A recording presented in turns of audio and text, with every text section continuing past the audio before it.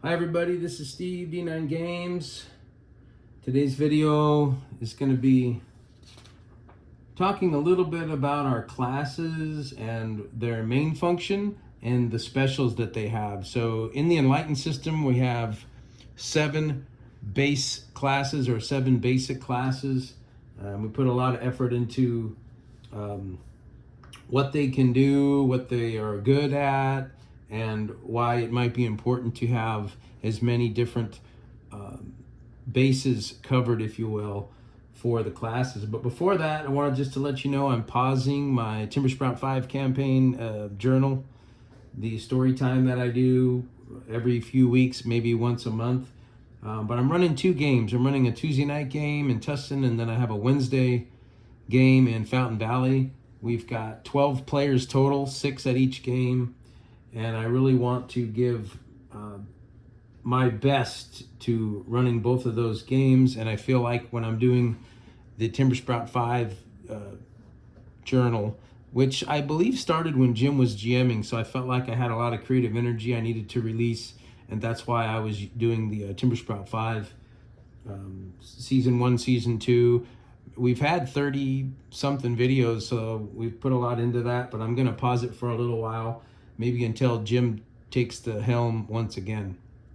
So our video categories, as you may know, on the YouTube channel, we've got 3 Enlightened based and 3 general based. So I'm running the Enlightened Grove. I'm going to keep putting that out on the 9th of every month, so D9 on the 9s.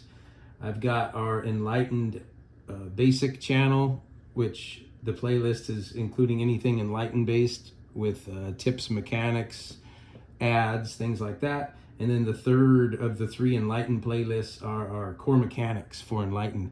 So I think I only have 2 of those so far, so I'm looking forward to the next one. But again, I'm waiting until it is really important and it makes sense before we put out a video. The 3 playlists that are not Enlightened based are D9 General. It's kind of like general tips and tricks for TTRPGs as they come into my mind, or if I'm looking at YouTube channels and there's a hot topic, I usually put it on the D9 Games general playlist. I got the Twilight of Fae, like I said, I'm going to pause that one. That's sitting at 33 videos right now. And then the 6th and final playlist as of right now is my Adventures playlist. So I got 2 so far, the North Shore and Erland. So I'm looking forward to the 3rd video for my Adventure playlist as well. So again, I'm pausing my Timber Sprout 5 Season 2. I believe our next one's going to be episode or session 15. But because I'm running 2 games, one Tuesday night, one Wednesday afternoon, I want to dedicate all my creative energy to those 2 games. So Tuesday night, my players are somewhere between 800 and 900 points of progression right now. Again, I have 6 players. Last Tuesday, they earned 105 pop in one session, which is a tremendous amount. It's probably triple what you would normally earn in a night of gameplay. But they really had a lot going on at high level. You can imagine they have more allies, they have more plans, they have different things going on that they're control of and orchestrating.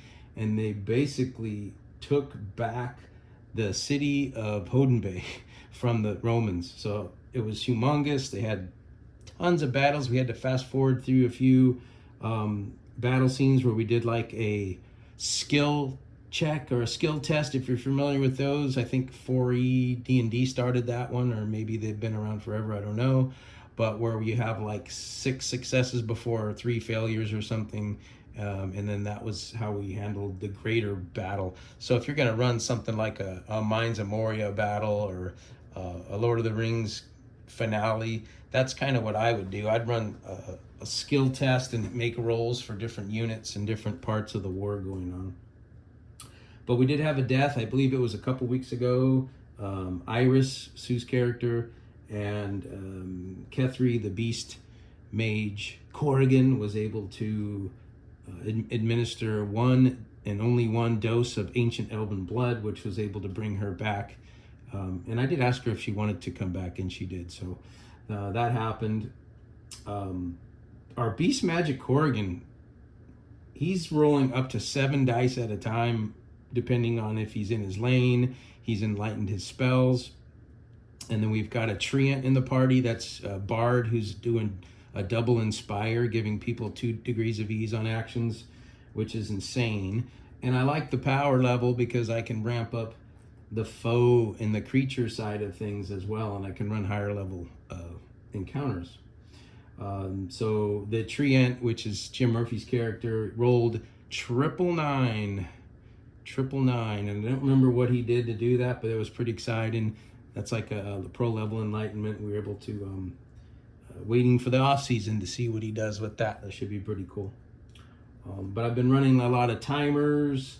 I've got seasons, as you know, in Enlightened. They use seasons. They'll go off season to off season. They're in the spring of 47 AD right now. And so what that does for me too, I know some people aren't too excited about running a calendar, but I think it's important to have a bigger timer if you've got things going on in the world like they do, where the Romans are trying to take over Great Britain, really, or Albion. And each season that goes by, they're able to overwhelm another section of the territory, as well as other things happening in the north I don't want to mention for fear that they might be watching this video. But the fact that they took over from the Romans, Hoden Bay, last Tuesday, definitely gave themselves a one-up on that timer. So they might have saved us a whole season. And the fact they've earned so much points of progression, as you might know, 50 or more gets them into a successful off-season.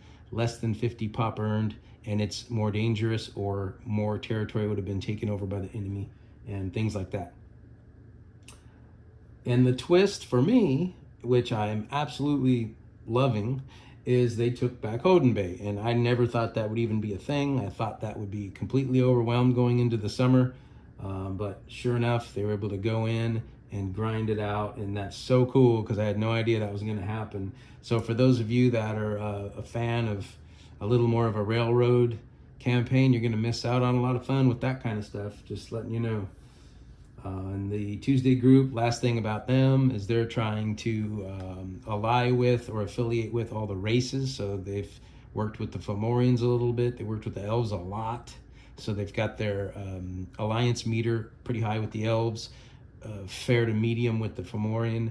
Not a lot of work with the Corrigan yet, and then the Celts as well. So we'll see how that goes. And again, they're at like 900 pop. They'll start making their adventuring life meter rolls soon, probably in a couple, 2 or 3 sessions. And the timer is ticking. My Wednesday group, 6 players. A lot of them are new. We're having a blast. We're at Kingslayer Games over in Fountain Valley. Beautiful game store. I mean, if you're hearing this video and you're anywhere in the Orange County area, you got to go by Kingslayer Games, Fountain Valley. Their shop is immaculate. It's beautiful. They have a lot of great things for sale, and highly recommend you stop by. And on Wednesday afternoon, between like 1 and 4, we'll be playing our Enlightened game there, so come by and say hi. We did have on Wednesday, last week, their first character death.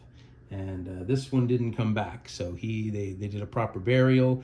They took all his gear, of course. I think they buried him with some pertinence out of respect, and it was just pretty good as a tearjerker. A lot of people were pretty emotional about that, but he was able to drop a new PC, and for my Wednesday group, it's the first non-human character that's being drawn, which is cool, because in our Tuesday group, we've got a couple of Corrigan, an elf, and a treant. So on Wednesday, they're all human or Celt, except for the new player that was drawn up by Jordan, and it's an elf. So he's drawn up an elf assassin type, maybe more of a stalker, kind of a hybrid custom thing, which is kind of cool, which we promote. So each class, to get to the topic of the video, has a main purpose and a special. So I want to kind of run through those a little bit. This has been on my mind because I'm excited at how it works. And what brought this up or reminded me to talk about it was our new character on Wednesday, the Elven rogue, basically. I think it's a rogue class, and he's pushing toward a custom design of stalker. But he used the initiative interrupt, and everybody at the table was like, "What can he do?" So he jumps into the initiative in any place he wants, and then it picks back up where it was. And it was kind of exciting and cool how it was a perfect thing to happen for the combat battle situation. They were in a dungeon. And so it reminded me that, hey, if you don't have a bard in the group, for example, you're really not going to be able to get anything over that's wild and crazy with the GM, so that the bard would be able to use their BS the GM talent. Or in this case, Wednesday, the rogue was able to use initiative interrupt. So we definitely are excited about how each class has its own special, but then it also has its own, we call it in your lane. So I'm going to start at the top. After giving those two examples, we'll jump over to fighter. So the fighter, obviously, in our game, he specializes and is empowered in melee. So he's got something which is a special to the fighter that nobody else can do. Now, it's not impossible that somebody could maybe attempt to do this and enlighten it in the off season, and there's a way around getting these things. But in our game, the fighter has share the pain. So nobody else has the ability to do that, where they're able to, if they take out a foe, any additional damage done doesn't get wasted, but it goes to a nearby adjacent foe. So share the pain for the fighter, and they're empowered in the melee. Class number 2 of 7 is guard, and so the guard's empowered to defend. So that's kind of its bread and butter. It defends a little bit easier, and it's allowed to do what only a guard can do. And in our game, it's taunt. So what that's going to do with successful roll versus his physical or her physical, they're going to be able to redirect a foe's attack. So basically, you could have all attacks pointing at the mage or the scout. He's going to die. The guard steps in, succeeds on a taunt, and then everybody miraculously or divinely, or we don't know what, but that's what we give the guard. The attacks get drawn to the guard. So taunt for the guard. The mage, they're empowered with mana or making spells, and their special is no other class can cast. So of course that's the mage. They cast. The priest has the divine empowerment, and they can do a buff in our game called bless. So no other classes are able to bless, and that adds ease on defense to anybody that the priest blesses. So number 5, rogue. Back to the rogue again. We already know they have initiative interrupt, which is unique to them, and they're basically slippery in battle, so they can kind of scoot by without granting, I hate to say, opportunity attacks, but in our game we call it walk away damage. If you just run by a foe, you're going to get smacked. Well, the rogue can override that and just buzz through everybody. It kind of lets the rogue get to the lever, get to the trigger, stop the flow, shut the door, stuff like that. So we thought that was kind of cool, but that's what they can do. The scout is empowered at range, and the thing that they have that nobody else does is compass, so they're never going to get lost. They've got that innate ability that we give them in the game, if you take the scout package, not to get lost. So compass there. And then back to the bard once again. They're empowered to buff their allies, as you know, with inspiration and things like that, and all the great things that they can do.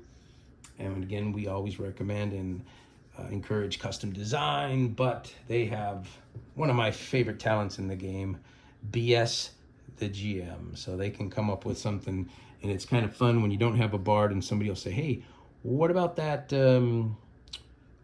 statue we saw at the entryway? Wasn't that movable? Isn't it trigger a secret door? I might have remembered. And I always say the same thing. Are you a bard? Is there a bard in the group? Then I don't want to hear about it. But if you're a bard, you can make a roll to be as the GM and change things in the story, which does subliminally promote player involvement, agency, engagement, and using their ideas to form your world and your story. So that's what I had for today. See you next time, and I'll probably be doing the Enlightened Grove because June 9th is coming, D9 on the 9s, and until next time, peace.